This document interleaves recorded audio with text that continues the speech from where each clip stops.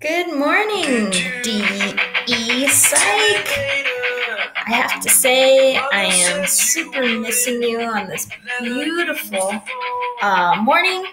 Welcome to yet another week of quarantine, of course.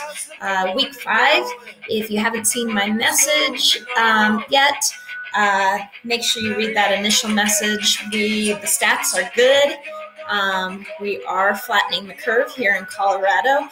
So the sooner that we can get on the other side of that curve, the sooner we're out of this quarantine and going back to a moderate level of what life was like before this whole thing. Of course, there's a lot of science about it that we will see some peaks and valleys again because not everybody has been infected, and so there's a whole science behind it. But keep up the great job, guys. I know it's tough if you are if you are watching this video and if you've been quarantined since March 13th. We are now at a month. We are 31 days in. So keep up the great job. We're going to get there. We will get to life as we know it once again eventually. We just have to be patient.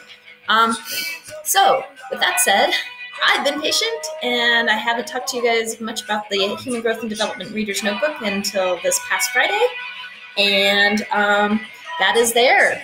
Place your Human Growth and Development Reader's Notebook into this assignment here. It tells you how you can do that, a bunch of different options that you can do.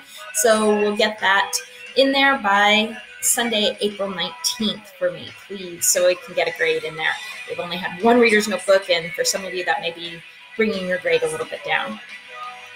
Listening to Bouncing Souls on this wonderful Monday morning.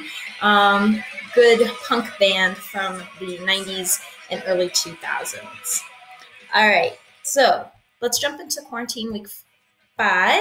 We have a lesson today that I think you'll be really interested in. Remember to do the weekly participation, kind of a cool thing that we're doing this week. There'll be some extra credit offered with it, but make sure you read the directions because that extra credit is null and void for you if you do not follow directions. So take a look at that. Today we're going to talk about a case study of Jeannie. Jeannie is a super unique case study. When it comes to language development, it's hard to tell what is nature and what is nurture. We know that Skinner said it's all about how we reinforce language, that it's a lot of nurture.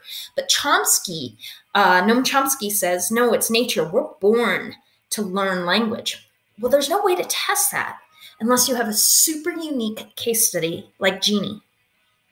So you're going to learn about Jeannie and why she is super unique, and that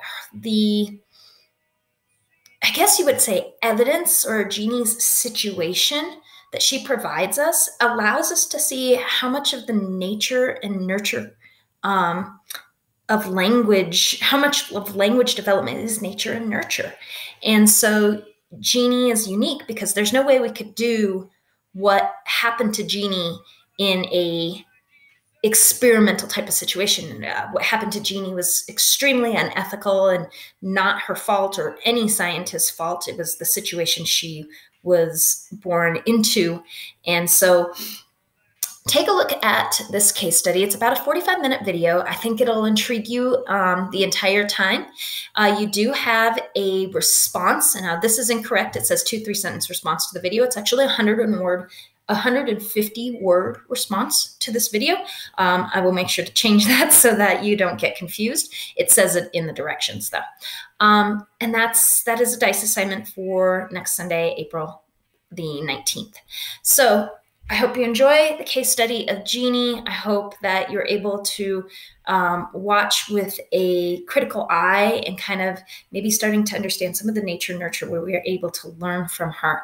And you can put your reflections as you watch into that 150 words, and that way you're processing this whole language development thing and the unique case study of Jeannie, the wild child.